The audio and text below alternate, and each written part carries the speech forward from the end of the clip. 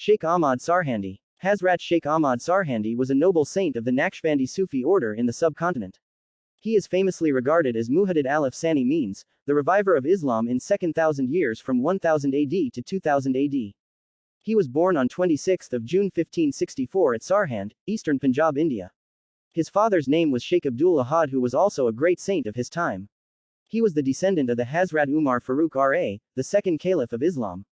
Sheikh Ahmad Sarhandi received his early education from his father, his brother Muhammad Sadiq, and from Tahir Lahori. He also memorized the Holy Quran.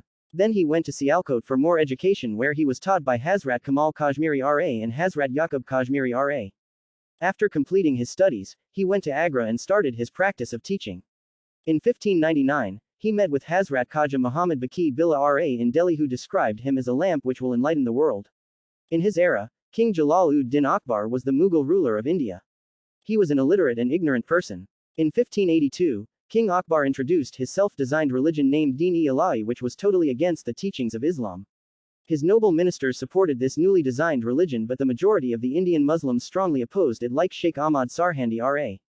King Akbar introduced new methods of worship and customs which were prohibited by Islam 1400 years ago.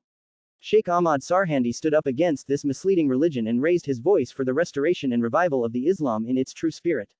He clarified that Islam is totally different from other religions like Hinduism, Sikhism, Christianity and Jewishism, and Muslims cannot follow any kind of customs and traditions introduced by the non-Muslims. After the death of King Akbar in 1605, his son Jahangir also continued his father's religious policy. Sheikh Ahmad Sarhandi wrote many forceful and eloquent letters to the nobles of King Jahangir, calling on them to raise their voice against Deen-e-Ilahi. King Jahangir confined him in Gwalior fort for 2 years, but he refused to accept any kind of pressure. He also taught the prisoners the Holy Quran and Sunnah in the fort. At last, King Jahangir admired his services for Islam and abandoned Deen-e-Ilahi and all its evil practices in India. He gave him high rank in his court, and his son Shah Jahan was also inspired from him. Then Sheikh Ahmad Sarhandi returned to Sarhand, and 6 months later, he died there at the age of 60 on 10 December 1624.